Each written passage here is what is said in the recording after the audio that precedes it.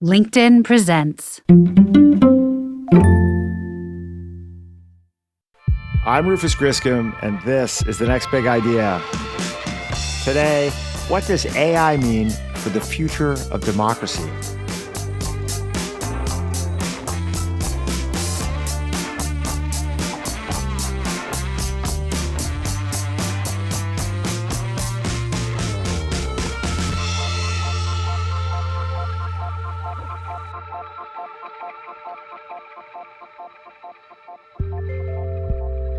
Last week, we had a very special guest join us for a live podcast taping in New York City with 200 fans of the show. The guest was Yuval Noah Harari. If you don't know that name, you've probably heard of his first book, Sapiens, which, along with his later books, Homo Deus and 21 Lessons for the 21st Century, sold over 40 million copies. I spoke with Yuval after the release of his much-anticipated new book, NEXUS, A Brief History of Information Networks from the Stone Age to AI. Why, you might ask, did these sweeping overviews of human history and speculations about our future, written by a young Israeli historian, sell like thrillers by Stephen King? Perhaps because the story of our species is a thriller when told properly, a story about a rapacious, clever animal that reinvents the world over and over and in the process threatens its future. The thesis of Harari's latest book, NEXUS, is relatively simple. Throughout human history, whenever we've invented a powerful new information technology, whether it's clay tablets or the printing press, the telegraph, or social media, we have disrupted the foundations of human society, often with devastating consequences. So what about our latest invention, artificial intelligence? What should we expect? And when you have a major upheaval in information technology, you have an earthquake in democracies, and we are experiencing it right now all over the world. And if we don't pay attention and do something about it, democracy might collapse in the next few years because of this information revolution. The human story continues, and we are currently at a cliffhanger. How do we survive this one? Let's ask Yuval Noah Harari.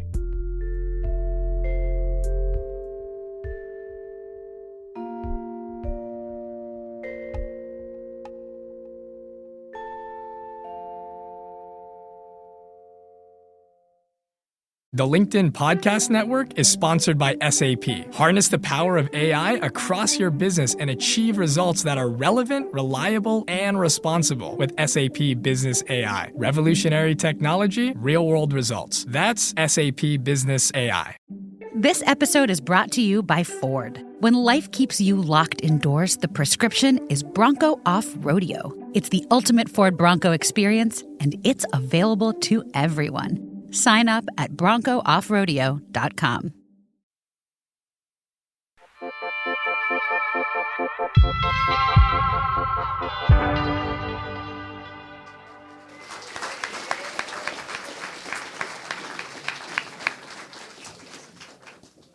Yuval Noah Harari, welcome to The Next Big Idea. Thank you. It's good to be here.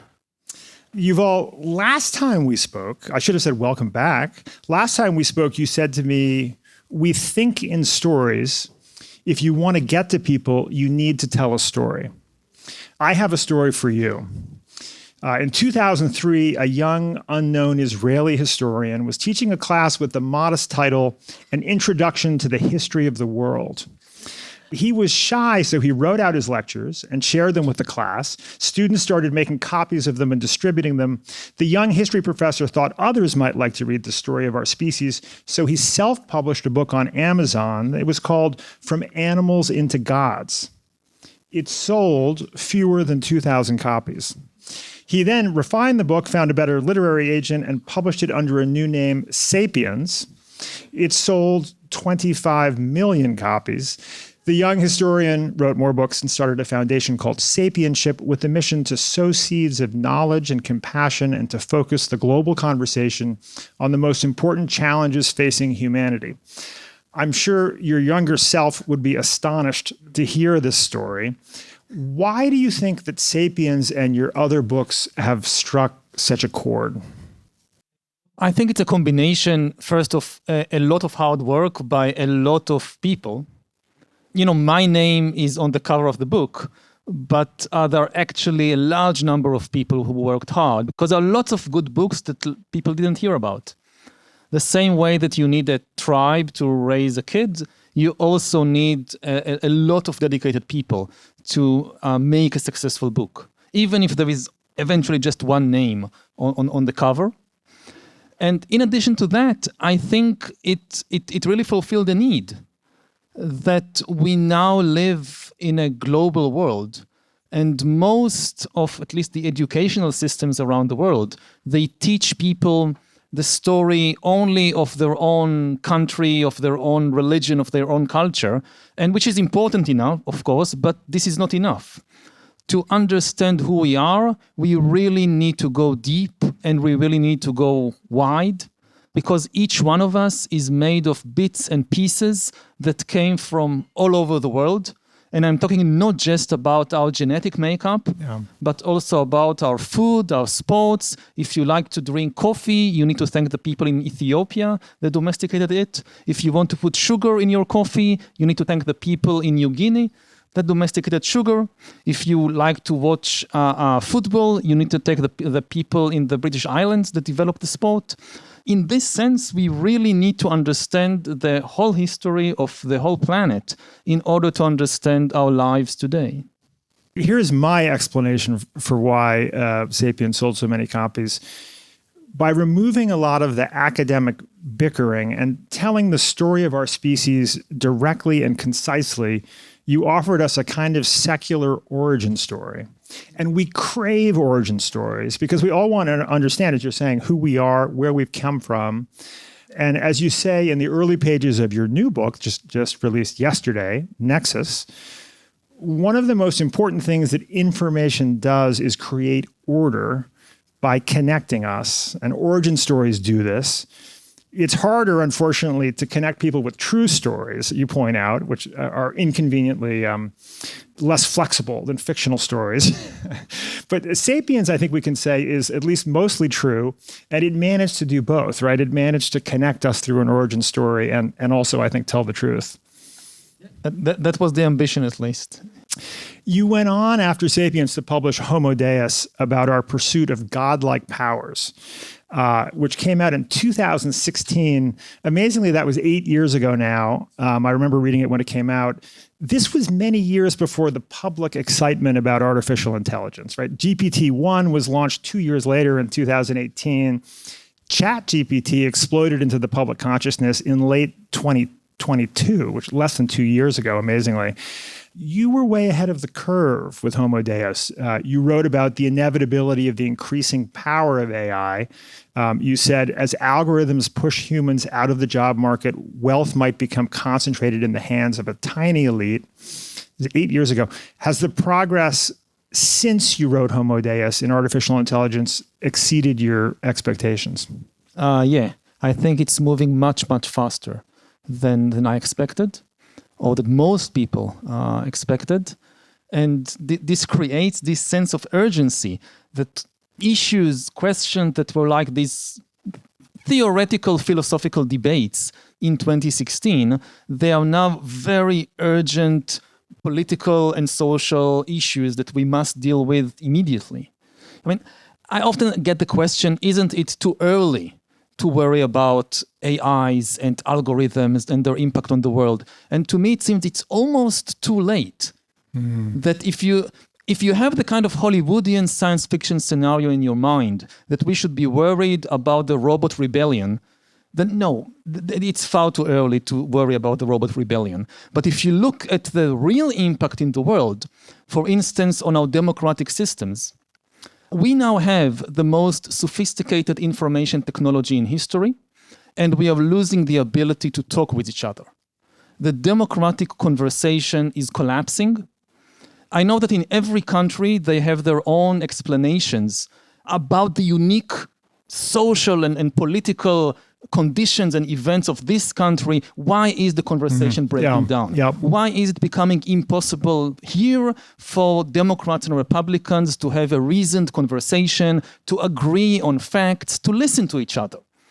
But you go to Brazil and you see the same thing. And you go to Israel and you go to France and to India and to the Philippines, you see the same thing. The conversation is breaking down. And democracy, in essence, is a conversation. That's what it's all about. It's a group of people talking with each other instead of one person dictating to everybody what to do. And conversations are based on information technology. If it's a very small number of people, like in a Stone Age band, then you don't need technology. You just stand in a circle and talk. But if you have millions of people trying to have a conversation, it's impossible without the proper technology. Until the late modern age, there was no technology that enabled large-scale conversations like that. So there were no large-scale democracies. All the examples we know about are small-scale, like tribes or city-states, like ancient Athens. Only once you have newspapers and radio and television, you start seeing large-scale democracies. So democracies are built on top of information technology. It's not something on the side. And when you have a major upheaval in information technology, you have an earthquake in democracies. And we are experiencing it right now all over the world. And if we don't pay attention and do something about it, democracy might collapse in the next few years because of this information revolution. So again, what was in 2016 some kind of distant worry, by 2024, it's almost too late. This is the core argument in NEXUS, isn't it? That as our information technologies have progressed, it has catalyzed changes in our social structures. And I think you comment in the epilogue that you had the great pleasure of meeting with world leaders and heads of technology companies after writing Homo Deus, because everybody saw you as an AI expert all of a sudden. And you realized that they didn't really understand the history of information networks, right? They didn't get this history. Yeah. What didn't they understand? They usually had an extremely, extremely naive and rosy view of the history of information network. Like I would hear again and again people saying things like, the print revolution broke the monopoly of the Catholic Church over information in the Middle Ages, and because of that, we got the scientific revolution. And we are now doing the same thing with the creation of the internet and of AI and so forth. And this, it's a complete ignorance of what actually happened in the print revolution and in the early stages of the scientific revolution. The print revolution did not result in the scientific revolution. It resulted in the worst wars of religion in European history and in the worst witch hunts. The height of the witch hunt, it was not in the Middle Ages. It was in the early modern period after the print revolution. And this kind of naivety of ignorance, we also experienced it in recent decades. That, in the 1990s, you had all these promises that the internet and later social media, they will spread the truth, and tyrannies will collapse, and democracies will spread. And now we realize, no, the opposite is happening. Yeah. Let's start all the way at the beginning, where you begin the book, with the advent of writing. Clay and sticks, right? The beginning of writing. How did writing change the way that human societies were structured? So writing is a good example, because it's a very, very simple technology in a technical sense. As you say, it's clay is basically mud. It's people playing with mud. You have these clay tablets, they are just pieces of mud, and people take sticks and make little signs in the mud, and this is a document. And this very simple technology completely changes the social, the political, the economic realities, enables the creation of completely new political systems. So I'll give just one example of how it happens. Think about the meaning of ownership. Yeah.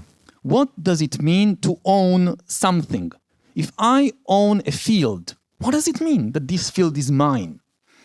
Before writing, if you live in a small village in ancient Mesopotamia, it means that the neighbors say that this piece of land is mine, so they don't graze their goats there and they don't pick fruits there without my permission. Ownership means the agreement of the community. this has implications. For instance, that it's very difficult to enforce private property rights because you depend on the community. So if the community doesn't agree that you would sell your land to some stranger, you can't do it. Yeah. Because they determine what is ownership. Another thing it means, it's very difficult for a distant king in some capital city 1,000 kilometers away to raise taxes from the village because there are no documents. And who can remember who owns which field in like hundreds of villages in Mesopotamia? So the neighbors in the village, they know, but the king in the distant capital, he doesn't know. So there are no big kingdoms. Right. And then you have these pieces of mud. And the mud changes everything because suddenly to own a field means that there is a dry piece of mud which says that this field is mine. And if you think this is ridiculous, this is still the case today. Yeah. We just replaced mud with paper and in some places with digital files. But that's it. Ownership means that there is a document somewhere that says that this field is mine. If all the neighbors say, no, it's not yours, but I can bring the piece of paper, the courts and the police will uphold my claim. It's mine. And this means, for instance, that I can sell this piece of land without the agreement of the neighbors. Because to sell a piece of land, you give me a goat or some pieces of gold, and I give you the dry piece of mud, and now you're the owner of the field. And that's it. No need for the agreement of the community. So individual property rights become stronger. At the same time, the power of authoritarian regimes also becomes stronger because the king in the distant capital, he says, okay, wonderful idea. I can have here an archive of lots and lots of pieces of dry mud that record all the fields in Lower Mesopotamia. And this is, I know who owns what. I can now collect taxes and use the taxes for bodyguards and soldiers and impose my will. So this very simple invention creates such a huge revolution, and one of the key lessons, it goes, the same technology often creates contradictory consequences. So it strengthens both individual rights and the power of the central authority at the expense of the community. It's not just authoritarianism or just individualism. They go together. And so you go on to make the case that large-scale democracy and totalitarianism, for that matter, were not possible before the advent of the printing press. Now, this was news to me because I'd always thought of the failure of the Roman Republic's democracy was due to corruption. We think of like Nero and, all the corrupt and greedy Caesars. But you say, no, it simply wasn't possible at that moment in history to grow a democratic system beyond a certain scale. Beyond basically city-state. Yeah. So you have Athens as a famous example. There are many, many examples. The most famous are Athens and Republican Rome. They are both city-states. When they grow beyond a single city and conquer an empire, they stop being democratic because you simply cannot hold the conversation. In ancient Rome, if there is an important decision to be made, go to war, make peace, so a large percentage of the citizens can assemble in the forum and listen to inspired speeches and then decide what to do. They can talk with each other, they know each other. But once it grows beyond just this city, and you have the whole of Italy, and then the whole of the Mediterranean. So actually, Rome extended citizenship to more and more people. Unlike Athens, that never gave Athenian citizenship to its colonies, Rome eventually gives Roman citizenship, not to everybody, but to all free males in the empire. So Emperor Caracalla, who was himself from an African family from North Africa, in 212 CE, he gives automatic Roman citizenship to every free male in the empire. So all the Arabs in the empire are now Romans, all the Jews are Romans, all the Britons are Romans, all the Germans are Romans. But all the decisions are made by one person and one person only, and that's Caracalla. So you have citizenship, it doesn't mean any real political rights. And this is not because Caracalla is such a terrible person. He was quite a terrible person, but it's not the reason. Yeah. It's because you just can't make, like, there is an immigration crisis on the Danube with all these Germans trying to get into the empire. Should we let them into the empire or not? You cannot hold a conversation between peasants in the Nile Valley and shepherds in Britain, in the province of Britain, and merchants in Syria. What do you think? Should we let those Germans into the empire or not? Because there is no technology to hold such a conversation. And if it was the fault of Caracalla or of the Roman emperors in general, then we should have seen large-scale democracy somewhere else. In Persia, in India, in America, in China. We don't. All over the world, what we see is that small-scale societies, tribes, city-states, they are often democratic. But once they go beyond a certain scale, they all become authoritarian. Interestingly enough, it's not that people don't know about democracy. The Romans continue to pretend that the Roman Empire is a democracy long after the Republic actually turns into a dictatorial empire. And in small-scale situations, they can still function democratically. Like most cities in the Roman Empire, they hold elections, and they have elected officials, and they have popular assemblies, and they are run in a relatively democratic way. For instance, in Pompeii was destroyed by the eruption of Mount Vesuvius in 79 CE. Yeah. The Vesuvius explodes and buries Pompeii under this lava and preserves it like in a miraculous way. And one thing that the archaeologists found is hundreds and hundreds of graffitis concerned with the upcoming elections in Pompeii in 79 CE. Yeah. Some of them very, very funny, actually. Some of them very funny. Like you have these endorsements, like some of the graffitis are endorsements, like all the muleteers, the people who, how do you say, like ride on mules, they support Gaius to be mayor of Pompeii. And then you have these kind of underhand tricks, like all the drunkards support Vatia. All the petty thieves support Vatia. You should vote for Vatia if you will. And it was, in a sense, it was a real election. Yeah. But it was possible because Pompeii was a small city of about 10,000, 11,000 people. So they could still hold a conversation. For millions of people to hold the conversation becomes possible only in the 18th, 19th century after the rise of newspapers and then telegraphs and radio and television and so forth. It's not coincidence that the power of newspaper editors in modern politics was immense. Many of the important leaders of modern politics, they started as newspaper editors, both in democracies, also in dictatorships. Lenin's only job, basically, before he was Soviet dictator, was editor of Iskra. Mussolini, before he was dictator of Italy, first he was a journalist in a socialist newspaper, and then he founded a fascist newspaper, and he was the chief editor of the newspaper. And this was his job before he became dictator. And these same technologies that made large-scale democracy possible also made large-scale totalitarianism possible. Like with the pieces of mud in ancient Mesopotamia, it works both ways. Totalitarianism is different from authoritarianism. In an authoritarian regime, you have one person, like the Roman emperor, making all the political decisions, like whether to go to war or not. But he has very little control over the daily life of most individuals. Totalitarianism is the situation when a dictator or a party tries to have total control of the totality of people's lives. Like making not just a limited number of political decisions like whether to go to war, but also all the economic decisions, all the social decisions, all the cultural decisions. They want to decide what each factory produces, how much each product costs, what books are allowed to be published, what plays should be produced in theaters. They want to decide everything. That's totalitarianism.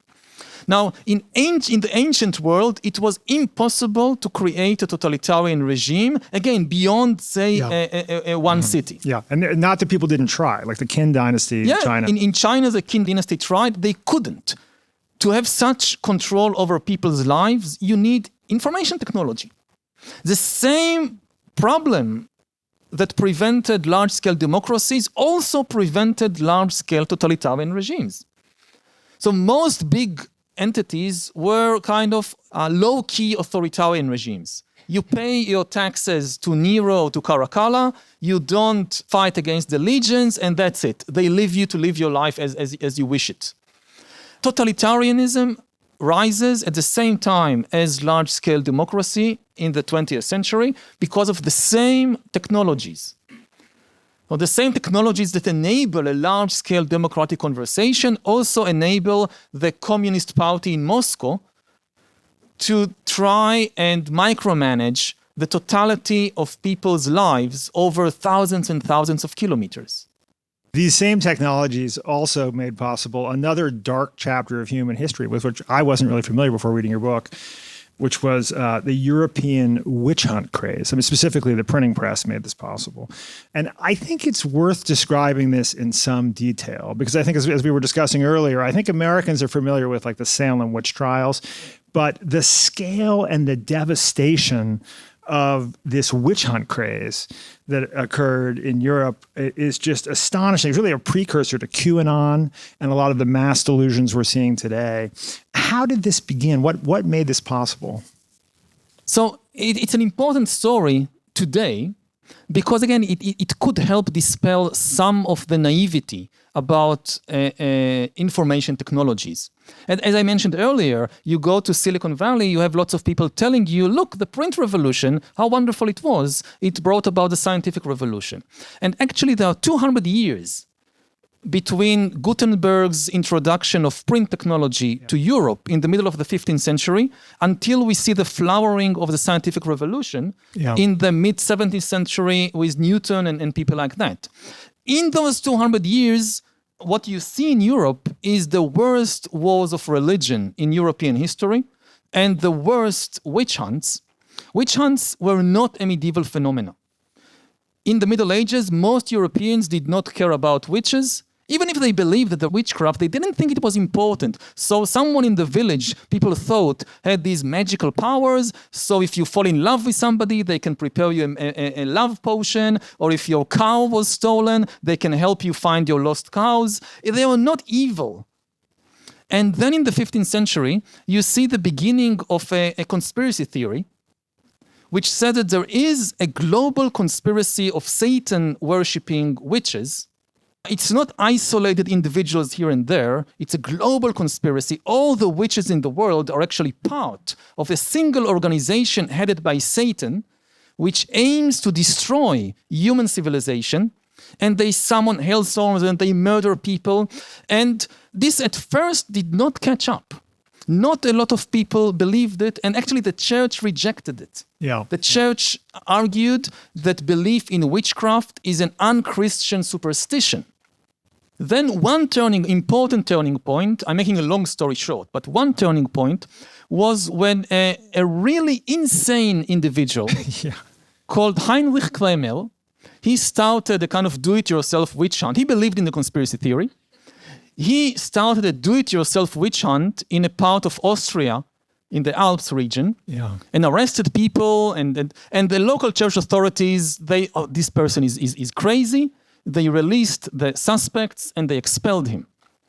And he took revenge through the printing press. This was shortly after Gutenberg introduced print technology to Europe. He took revenge through the printing press. He wrote what became one of the first bestsellers of the print era and the founding text of the modern witch hunt, a book called The Hammer of the Witches, which was full of these crazy conspiracy theories and fantasies. And just to give you a taste of the book, so there was an entire chapter there about the ability of witches to steal penises from men. And he has this evidence, he brings evidence. For instance, he tells a story about a man who wakes up one morning to discover that his penis is gone. Now he immediately suspects the local witch. So he goes to the witch and coerces her, bring me back my penis. And the witch says, okay, I'll bring you your penis. She tells him, climb the tree. He climbs a tree. At the top of the tree, you will find a bird's nest. This is where I keep all the penises I steal from all the men. So he climbs the tree and finds the nest, and there are indeed lots of penises there. And she tells him, okay, you can take yours. So he, of course, takes the biggest one. And then the witch tells him, no, you can't take that. That belongs to the parish priest. Now, you're all laughing, but it ended in tears. Because this book, and you can understand why, it sold a lot more copies than Copernicus's mathematical equations about the movements of all the planets and all that. It was not a big bestseller of Copernicus. The Hammer of the Witches was. And this was the basis, or one of the key texts of the great European witch hunt craze in the 16th and 17th century, which caused the murder of tens of thousands of people, mostly women. By the way, the connection between witches and women, this is coming from Kramer. In the Middle Ages, it was not a common idea that most witches are women. Kramer introduced or popularized this idea. He sexualized witchcraft. The book is full of all these orgies and pedophilia and cannibalistic worship of Satan. And this led to terrible consequences. Again, just one story. The Pappenheimer family in Munich, in Germany, in 1600, was accused of being a family of witches. So the authorities arrested the entire Pappenheimer family, mother, father, 3 kids, youngest kid, Hansel, aged 10 years old. They start the Inquisition by torturing the 10-year-old boy, because he's the weakest link, torturing him in really unspeakable ways until he confesses that his mother is a witch. When they have this confession, the fate of the family is sealed. Then they also torture the rest of the family members. They are accused of summoning hailstorms to destroy the crops in the nearby field, of murdering children, of killing dozens of people with witchcraft. And they are all executed. Burned at the stake, the bodies torn with hot pincers. They force the 10-year-old kid to watch as they execute his parents and older siblings, and then they execute him. So it starts with a lot of laughter, a very funny book, but it ends in tears. Yeah. And if you look at the conspiracy theories spread on the internet and in social media today, they go back to the Hammer of the Witches. It's amazing because, reading about, Pizzagate and some crazy guy brandishing a gun, going into a pizza restaurant in Washington, D.C., thinking that Hillary Clinton's in the basement with her pedophiliac, network.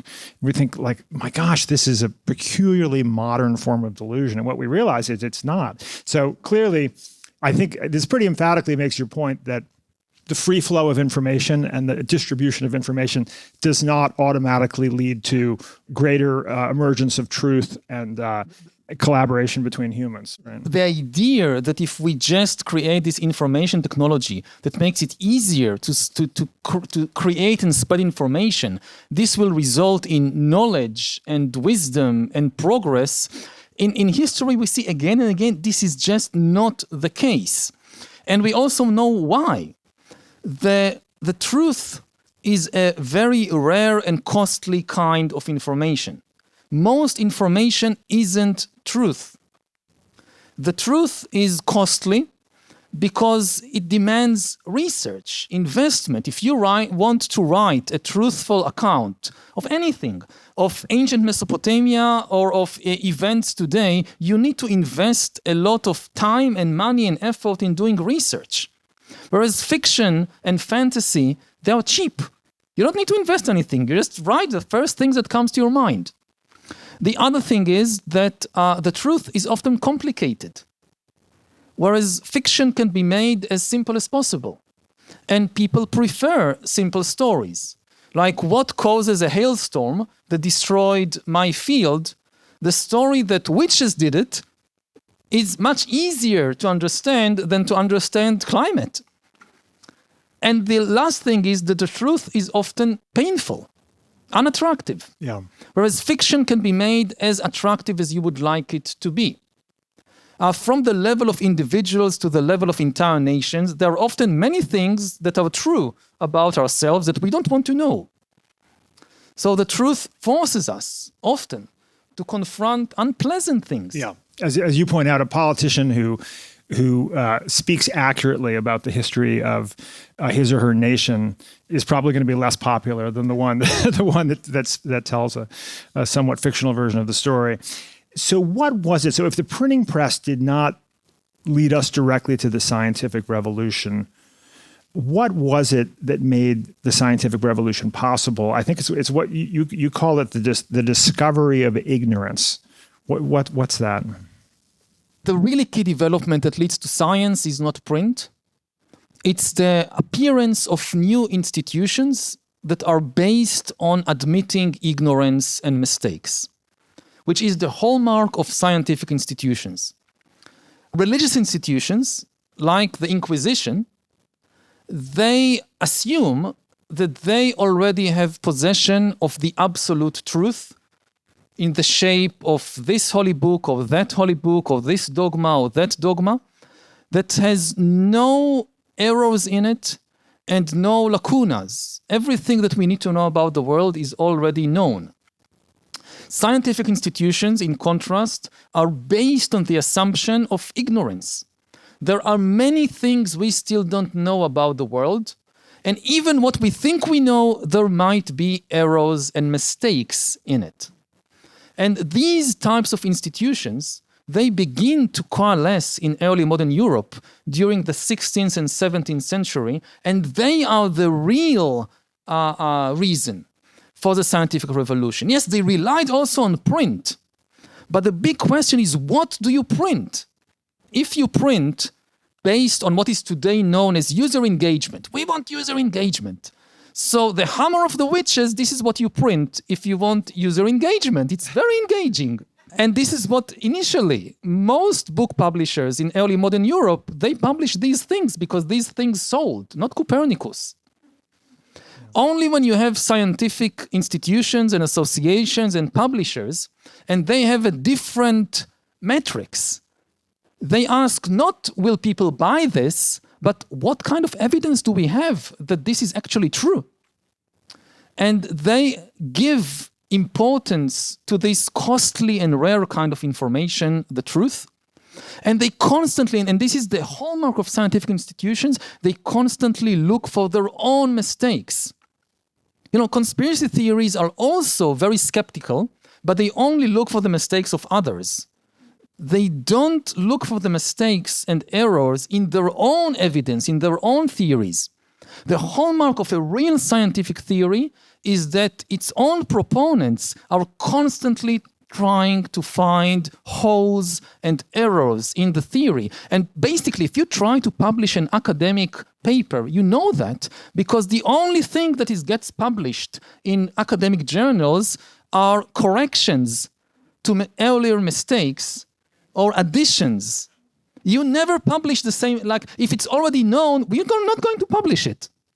And to know whether an institution is trustworthy, look at the incentive structure. In something like a church, if you want to advance up the ranks, a good idea is to always agree with the people who came before you, never have any new ideas. If somebody comes with a new idea, object to it. If you follow this strategy, you have a good chance of eventually becoming chief rabbi or ayatollah or pope. But it doesn't work in scientific institutions. If you just go around saying Einstein was right, Darwin was right, and people say, okay, but you're not going to get published in Nature just for saying that Einstein was right. You need to discover something that Einstein didn't know, ideally a mistake. If you find a mistake in the theory of relativity or in the theory of evolution, Nobel Prize. So this is the incentive structure. And there is good reason to trust in scientific theories because the best minds of these institutions are constantly working to find mistakes or to find lacunas. And if they haven't managed to find it, it means that this theory is very robust.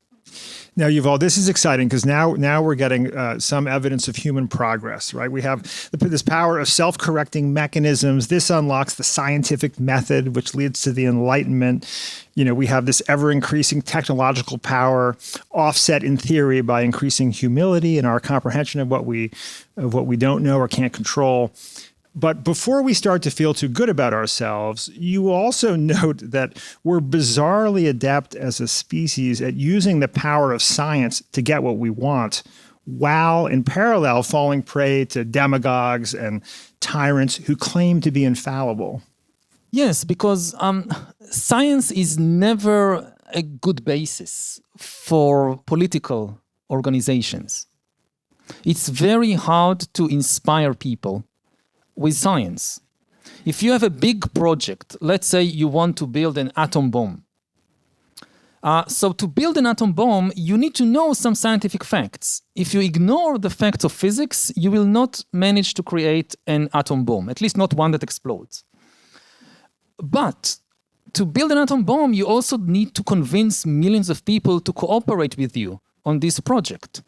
If you just know the physics, it's not enough. You need somebody to mine uranium. You need engineers and builders to build the reactor. You need farmers to grow potatoes and rice so that all these engineers and workers will have something to eat.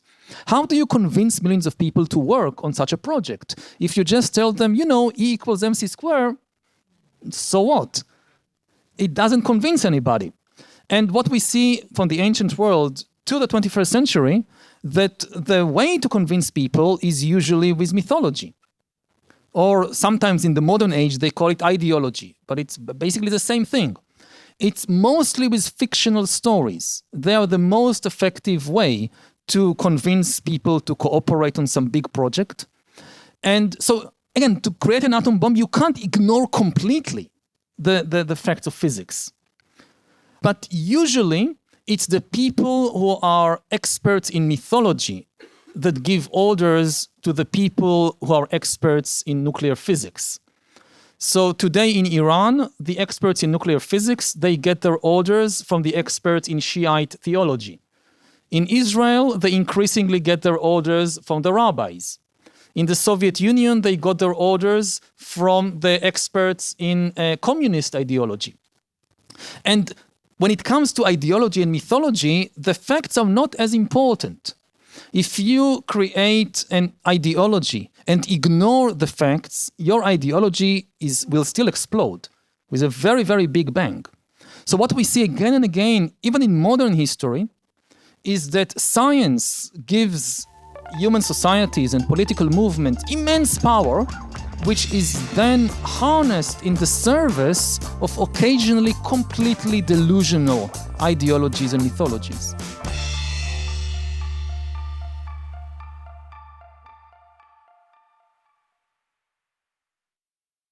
The LinkedIn Podcast Network is sponsored by SAP.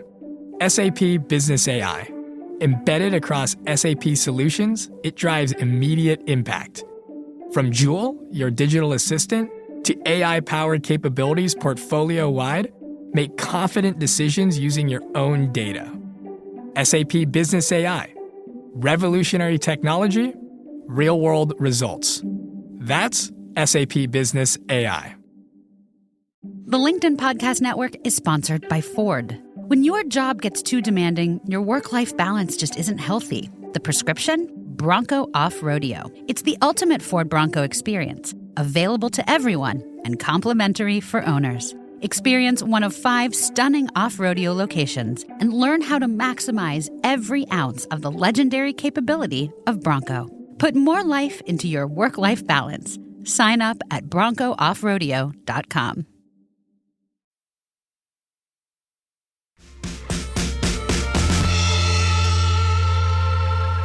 We've now, in this historical journey, come through the advent of writing, the printing press, steam engine, early, scientific revolution. And we see a long series of negative and occasionally positive unintended consequences from new tech innovations. In the last 30 years, we've seen the rise of the internet, more recently social media, You write, at the beginning of the 21st century, it seemed that the future belonged to distributed information networks and to democracy. That turned out to be wrong. Is social media eroding our democracies? I think the answer is all around us. Yeah. So far, yes. And it's not only social media. There are three major dangers that we can currently identify to the future of democracy with the rise of not just social media, but algorithms and AI in general. The first danger we talked about, this is the collapse of the democratic conversation, which results, as far as we can tell today, from algorithms and bots and AIs taking over the conversation. The democratic conversation is supposed to be between humans. So imagine democracy is a group of humans standing in a circle and talking with each other. And suddenly a group of robots enter the circle and start talking very loudly, very convincingly, very emotionally. And you don't know who is who. So it's no longer a human conversation. The human conversation collapses. And this is something that began to happen, say, like 20, 15 years ago, and is accelerating all the time. So this is why the conversation between the humans is collapsing. If you give algorithms control, I mean, in the conversation, the most important question is always, what is the question? What are people even talking about? Before the answers, what are they talking about? Are they talking about climate change or immigration? Like I watched the debate yesterday, so they asked Trump about climate change. He did not say a single word about climate change. He only repeated about immigration. Even before discussing his views on immigration, why is he talking about immigration when the subject is climate change?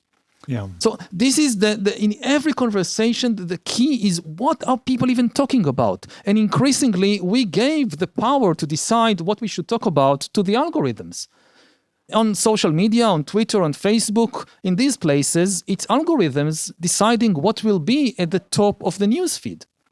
And if you see lots of interest, lots of traffic in a story about immigration, then you say, oh, this is important. People talk about it. I should also get interested in that.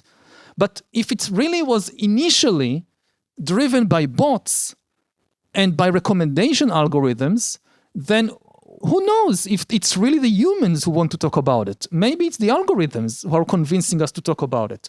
So that's one. This is the easiest problem because it can be solved with proper regulation. Basically, we just need to ban bots from impersonating humans. It's not okay if a bot on Twitter pretends to be a human being. And also, we need to hold corporations responsible for the actions of their algorithms, not for the users, not for the actions of the users. If a user invents a ridiculous conspiracy theory and publishes it online, personally, I don't think that in most cases, at least, Facebook or Twitter are liable for that. But if the Facebook or Twitter algorithm then decides to recommend this video and even autoplays this video for human viewers, this is on the corporation. Yeah. So that's the first issue. A much bigger issue is that democracy and totalitarianism are two different types of information networks.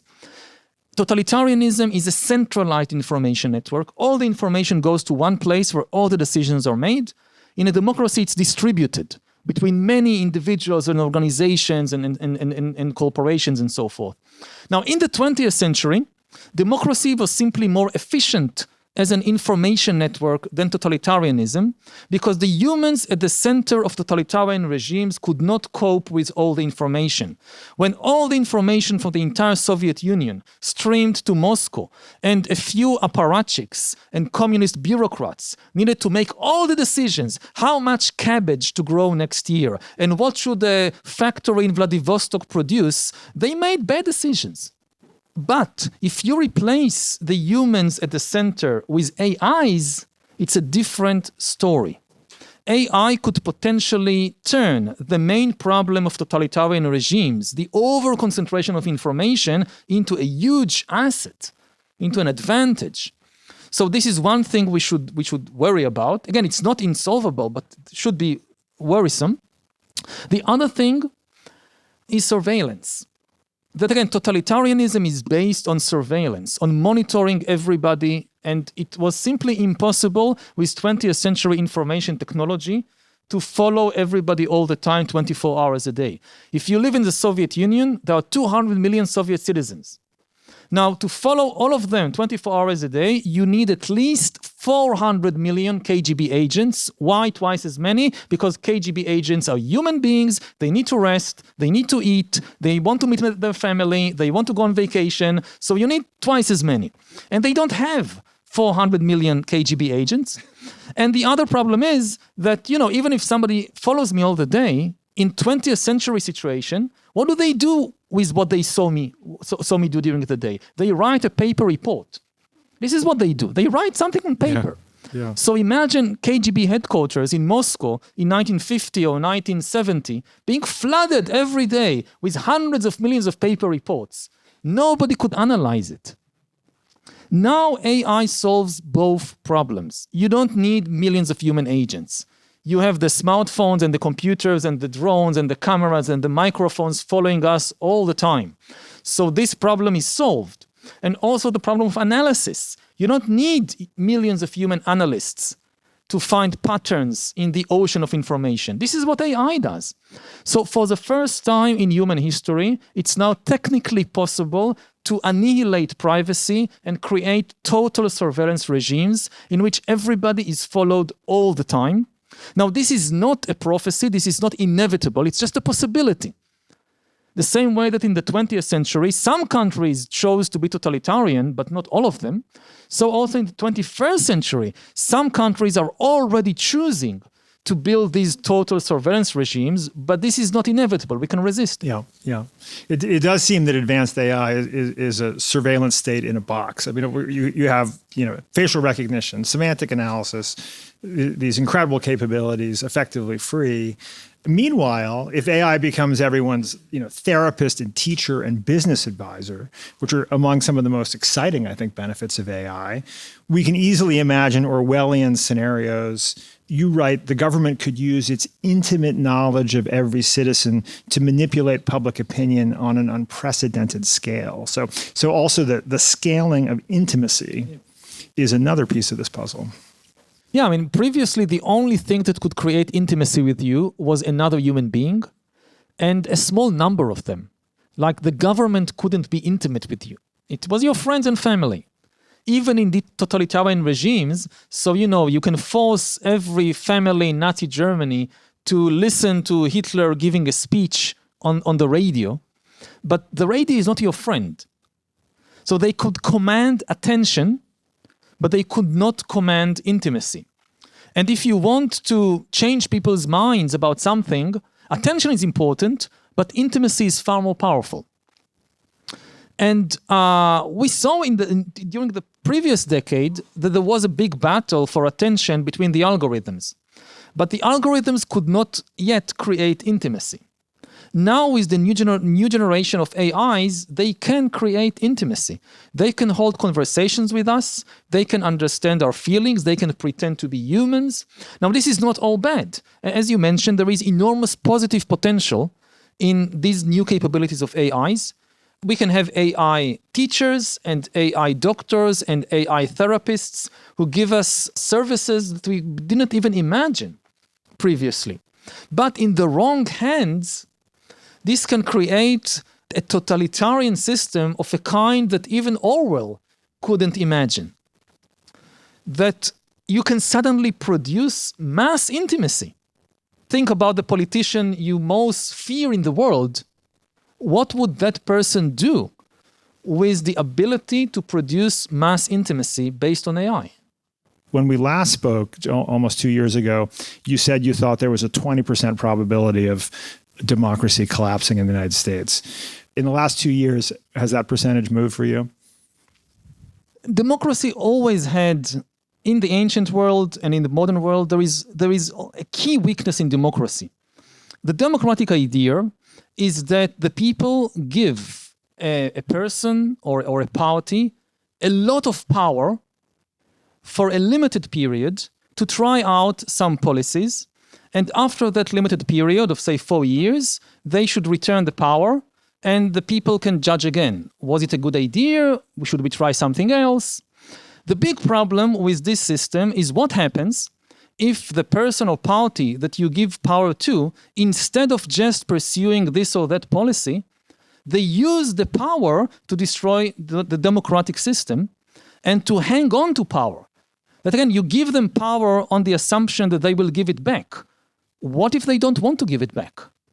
What if they are determined to retain it and they have so much power so they can retain it? And we saw it happening in ancient Greece with tyrants, and we saw it happening with Putin in Russia, and with Chavez and Maduro in Venezuela, that they rose to power initially in a democratic way. And then they cling to power. Erdogan in Turkey, he said that democracy is like a train. You take it until you reach your destination, and then you step down. You don't stay on the train, you reach your destination. The greatest danger in a democracy is to give power to somebody who is likely not to return it.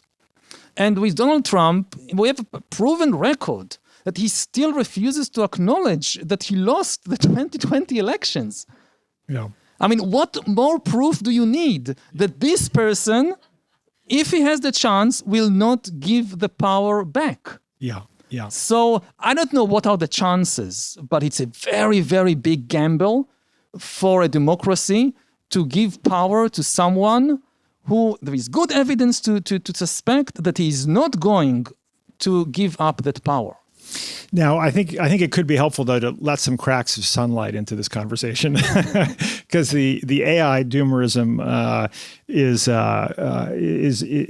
real. I'll just say on that again. I think that there's immense positive potential in AI. The reason I keep talking about the kind of dangers and threats.